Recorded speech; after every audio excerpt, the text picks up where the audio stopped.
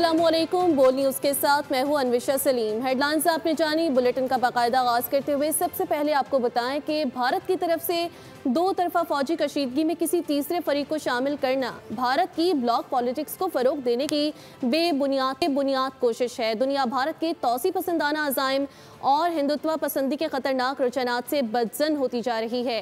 Field marshal general Syed Asim Munir की ज़ेर सदारत कोर कमांडर कॉन्फ्रेंस फोरम ने भारतीय स्पॉन्सर्ड प्रॉक्सियों के हाथों हालिया दहशतगर्दाना हमलों में शहीद होने वालों के साले सवाब के लिए फातिहा ख्वानी की और दहशतगर्द प्रॉक्सियों के खिलाफ फोर्सेस की हालिया कामयाबियों का जायजा लिया। ISPR के मुताबिक फोरम ने अज़म किया कि हमारे शोहदा का खून रायगा नहीं जाएगा। पाकिस्तान के अवाम का तहफ़्फ़ुज़ और सलामती मुसल्लह अफ़वाज की अव्वलीन तरजीह है। फील्ड मार्शल ने वज़ीर आज़म के हमरा ईरान, तुर्किया, अज़रबैजान के हालिया कामयाब दौरों से मुतालिक आगाह किया। फोरम को फील्ड मार्शल के तारीखी और मुनफरद दौरे अमरीका के बारे में भी ब्रीफिंग दी गई। फील्ड मार्शल ने मुल्क को दरपेश तमाम खतरात के खिलाफ पाक फौज की ऑपरेशनल तैयारियों पर मुकम्मल एतमाद का इजहार किया। बानी PTI के खिलाफ शहबाज शरीफ के 10 अरब हर्जाने का केस। अदालत ने वज़ीर आज़म शहबाज शरीफ की 2 मुतफ़र्रिक़ दरख्वास्तें मंजूर कर लीं। बानी PTI को भिजवाए कानूनी नोटिस की फोटोकॉपी को दावा का हिस्सा बनाया गया। वज़ीर आज़म की दावे की रसीदें जमा कराने की मुतफ़र्रिक़ दरख्वास्त मंजूर कर ली गई। लाहौर की सेशन अदालत ने दोनों दरख्वास्तों पर महफूज फैसला सुना दिया। बखूबी वाकिफ हैं कि सदर, वज़ीर आज़म और फील्ड मार्शल को निशाना बनाने वाली बदनीयती पर मबनी मुहिम के पीछे कौन है। मैं वाज़ेह तौर पर कह देता हूँ कि सदर से इस्तीफ़ा देने या सदारत संभालने के ख्वाहिशमंद COSS के बारे में कोई बहस नहीं हुई और ना ही ऐसा कोई ख्याल मौजूद है। वफाकी वज़ीर दाखिला मोहसिन नकवी का अहम तरीन ट्विटर पैगाम सदर पाकिस्तान के मुसल्लह अफवाज की क़यादत के साथ मजबूत और एहतराम पर मबनी ताल्लुकात हैं। उन्होंने ये भी वाज़ेह किया कि मैं जानता हूँ कि ये झूठ कौन फैला रहा है, वो ऐसा क्यों कर रहे हैं और इस प्रोपेगेंडे से किसको फ़ायदा पहुँच रहा है। लाहौर में बादल बरसे और भरपूर बरसे। रिहायशी इलाकों को तालाब और घरों को स्विमिंग पूल बना दिया गया। बाइक हो या कार, बारिश के पानी में सब बेकार। तकरीबन 8 घंटे की बारिश में 136 मिलीमीटर का नया रिकॉर्ड बन गया। मॉनसून का ताकतवर स्पेल लाहौर को पानी पानी कर गया। शहर के कई इलाकों में 100 मिलीमीटर से ज्यादा बारिश रिकॉर्ड हुई। सबसे गंभीर सूरत हाल जेल रोड पर देखी गई। गलियों से लेकर घरों तक घुटनों पानी जमा था। साजो सामान तैरता दिखाई दिया। मकीन बाल्टियां भर भर कर फेंकते रहे मगर पानी कम न हुआ। तो ये मेरा घर है और पूरी गली और पूरे घर के अंदर आपका हालात देख लीजिए कि घरों के पानी अंदर आ चुके हैं। सब कुछ हमारा तबाह बर्बाद हो गया है और ये अरसा दराज से हम बेशुमार मुतअद्दिद बार कंप्लेन करते हैं वासा को, और वासा वाला हस्बे रवायत एक तो कॉल अटेंड नहीं करते। जब कॉल अटेंड करते हैं तो वो कह रहे हैं टीमें मसरूफ हैं और कुछ देर बाद आएंगी। बारिश ने सड़कों का भी हशर नशर कर डाला।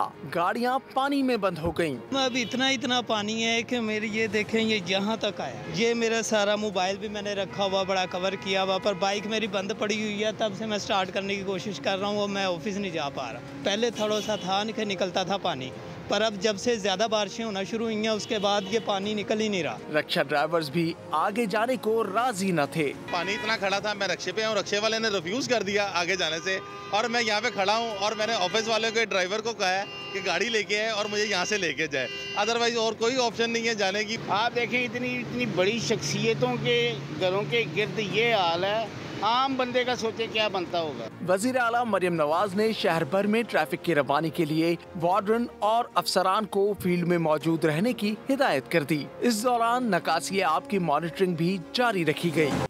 गरजने बरसने वाले बादल फट पड़े और वो तबाही मचाई कि 14 मकानात तहस नहस कर दिए, सड़कें तबाह कर दी और लाखों रुपए का नुकसान पहुंचाया। मुख्तलिफ शहरों में बारिश के बायस नशेबी इलाके ज़ेरे आब आ गए और गलियां, मोहल्ले, नदी नालों का मंजर पेश करने लगे।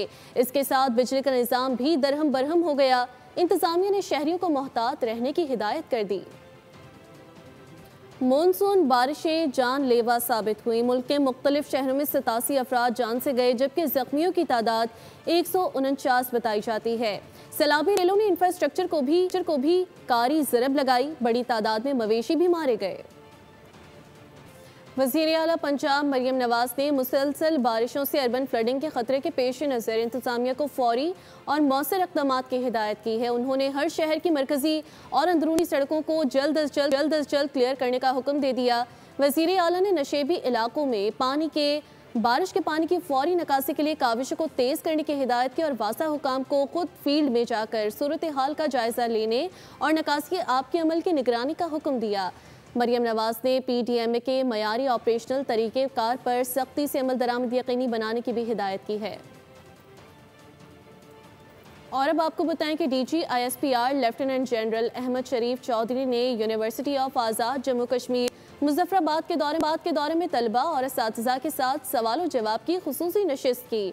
तलबा का कहना था कि कश्मीर पाकिस्तान की शाहरग है और हम कश्मीर हर हाल में लेकर रहेंगे। पाकिस्तान और कश्मीर को कोई जुदा नहीं कर सकता और वो वक्त दूर नहीं कि जब कश्मीर बनेगा पाकिस्तान। गवर्नर सिंध कामरान टिसूरी का अदाकारा हुमैरा असगर की तदफीन के इंतजाम करने का ऐलान। गवर्नर का कहना था कि मैं सिंध के दीगर शहरियों की तरह हुमैरा असगर का भी भाई हूँ। लवाहिकीन तदफीन में शिरकत नहीं करना चाहते तो मैं हाजिर हूँ। गवर्नर हाउस के पेश इमाम से कहा है कि हुमैरा असगर की नमाज जनाजा पढ़ाएं। बोले अपनी माओं बहनों और बेटियों की इज्जत और नामूस की कदर जानते हैं। ये हमारे मुआशरे के लिए सवाल है कि जवान बेटी की लाश दफनाने वाले नहीं।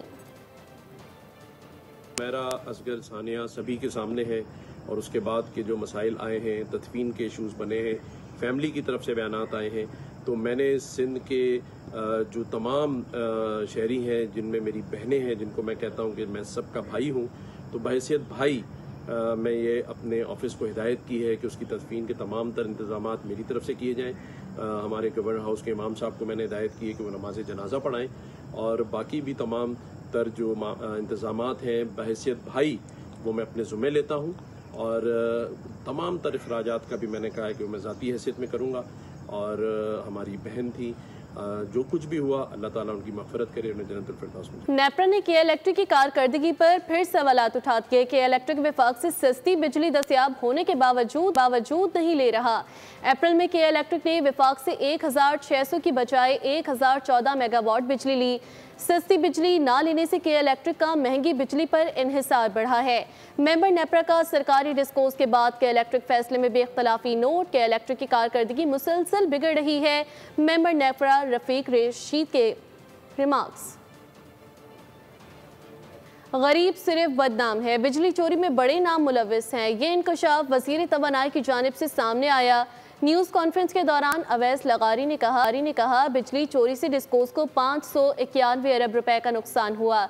गुज़िश्ता साल ये नुकसानात कम करके 399 अरब रुपए लाए हैं। बिजली की तकसीम कार कंपनियों में बोर्ड मेंबरान की तैनाती मेरिट पर अमल में लाई गई।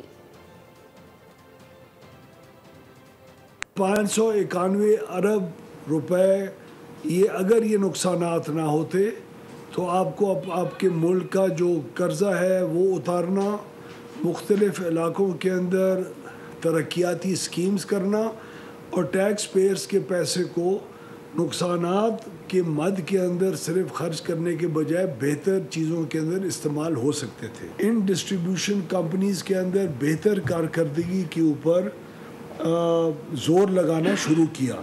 उसमें वज़ीर आज़म साहब की हुक्म के मुताबिक गुड गवर्नेंस के ज़रिए हम लोगों ने टोटल मेरिट की बेसिस के ऊपर इन बोर्ड्स के मेंबर्स की तैनाती की।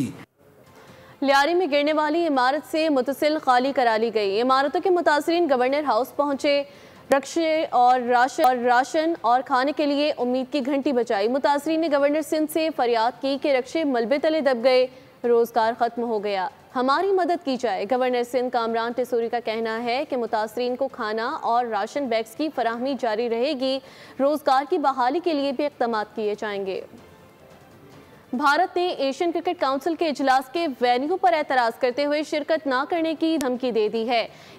एशियन क्रिकेट काउंसिल के सदर मोहसिन नकवी ने ACC का इजलास 24 जुलाई को ढाका में तलब किया है। भारतीय मीडिया के मुताबिक BCCI ने ACC को वेन्यू तब्दील करने से मुतालिक बाज़ाब्ता तौर पर बता दिया। मीटिंग दूसरे मकाम पर मुंतकिल ना की तो भारतीय बोर्ड मीटिंग से दस्तबरदार हो सकता है।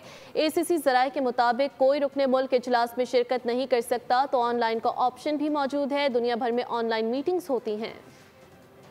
न्यूज़ स्टूडियो से फिल वक्त इतना ही। मज़ीद अपडेट्स के लिए विजिट कीजिए bolnews.com। देखते रहिए बोल न्यूज़।